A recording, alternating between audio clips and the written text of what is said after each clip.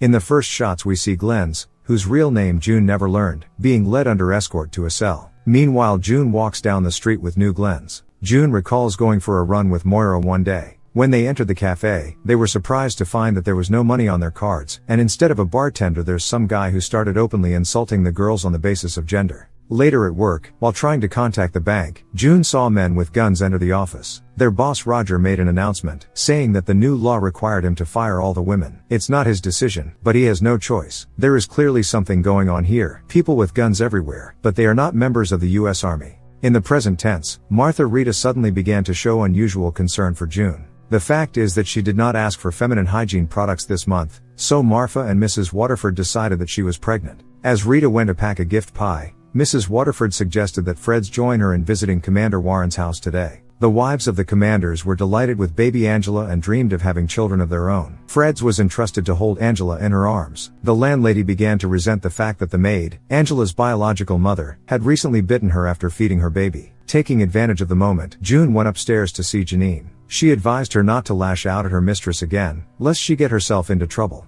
Janine refused to call her daughter Angela, stating that her real name was Charlotte. Janine also decided to share a secret with June. She said that Commander Warren, mistress's husband, loved her. He suggested that she run away with him and her daughter, becoming a real family. It was time to go home. Mrs. Waterford was unusually kind to June, believing that she would soon give her and her husband a child. Mrs. Waterford confessed that she thought everything that was going on was terrible, but that they must be strong. June returned to the Waterford house in a separate car with Nick. She began to ask him if he knew anything about the fate of Glenn's. Nick advised her to stop her research. There were black cars parked outside the house. Eyes here. Nick hinted to June that they had questions for her, and there was nothing he could do to help. June recalled how a new law came out. Women could no longer own bank accounts, property, or work. All material goods would go to the nearest male relatives, and martial law was declared in the country. Moira intended to join the protests. At night Luke held his wife in his arms, soothing her. Events bring us back to the present time. Aunt Lydia gave June an electric shock. The guardian interrogated her about Glenn's.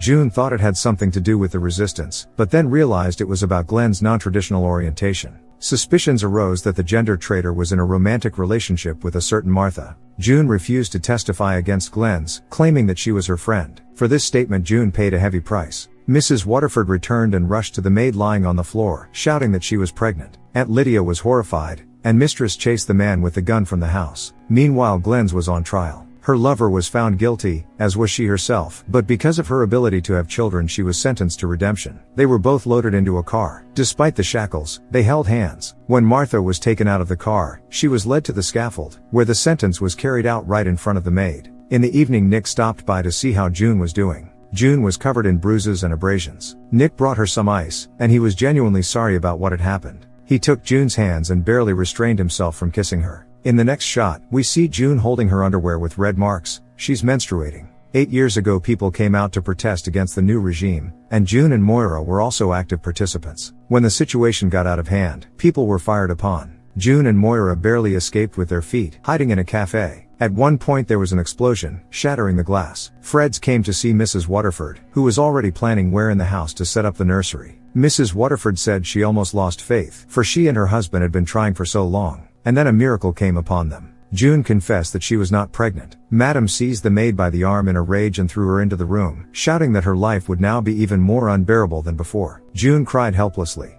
Meanwhile Emily, who used to be Glenn's maid, had recovered from the operation. Aunt Lydia came in and told her that she could still have children, but that from now on she would no longer want what was forbidden. June recalled visiting an amusement park with her daughter and husband. They were really happy, but it was over. For 13 days now, Freds has been locked up because she hasn't lived up to her master's expectations. June was busy exploring the room. She lay on the floor of the small dressing room and saw a Latin inscription scratched on the wall. Apparently it was a message left by Fred's previous maid. June recalled how she and Moira had been preparing to run away. In the restroom Moira scrawled an offensive inscription on the wall. It was dangerous, for maids who write might be left without hands. Aunt Elizabeth came for them. Serena paid a visit to her husband's office, who was working. He told her that one of Aunt's had recently managed to escape, cross the border, and given a scandalous interview to the world about what was going on inside the country. Fred told his wife not to let it go to her head. Rita found June on the floor and startled, dropped the tray of food. June lied that she felt sick and fainted. Marfa immediately reported the incident to mistress and master. Serena disdainfully ordered that the maid be taken to a doctor. The doctor accepts on the other side of town. Despite the rain, June was happy to get out of that house. Nick put her in the car. On the way, June recalled how aunts had prepared them for the ceremony, a sacred ritual. Once a month, on fertile days, the maids lay down on the lap of the commander's wives, who must hold them by the wrist in the process. In this way, the conception of children according to the Lord's will is to take place. All the maids were horrified by this prospect.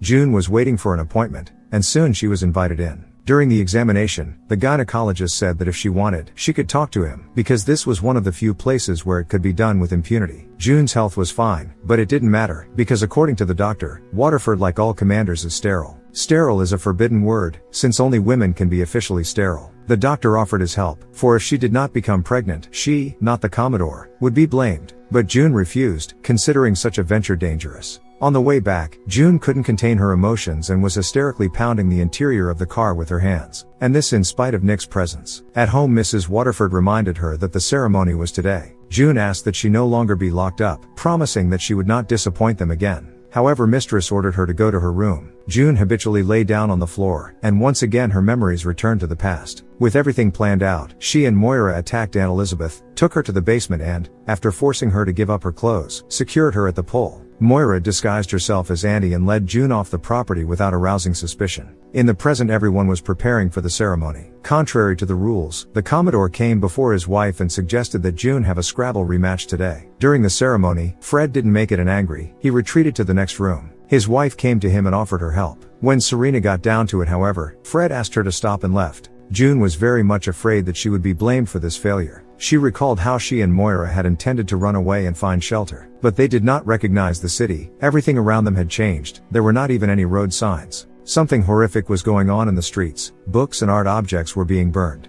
Trying to get her bearings, Moira, under the guise of an aunt, asked Eyes which train was going to Boston. June was very nervous, and a man with a gun approached her, suspecting something amiss. As the train approached, June let Moira know to leave without her. June was taken away. At the appointed time, 9 p.m., June went to the commander's office. Like the last time, they played. At one point they got into an argument over a word, and Fred asked June for a dictionary. On the shelf she saw a book on Latin grammar. June realized that the previous maid had also been in this office. She recalled how she had paid the price for trying to escape, Aunt Lydia punishing her very harshly. June was then dragged into the common room with the other maids. The commander offered to meet again tomorrow at the same time. June carefully asked him to translate a phrase in Latin. It turned out that the writing on the wall was scratched out in a joking way, meaning, "Don't let them finish you off." June dared to ask what had happened to the previous Freds. The commander replied that maid couldn't stand it and voluntarily walked out of her life. June admitted that she, too, was on the brink and was already beginning to give up. Surprisingly, Fred did not want her to suffer. In the next scene, we see June going shopping as usual, remembering how, in the past after being punished by Aunt Lydia, the other maids had shown her every kind of concern for her. Now June is determined. She is not going to just give up.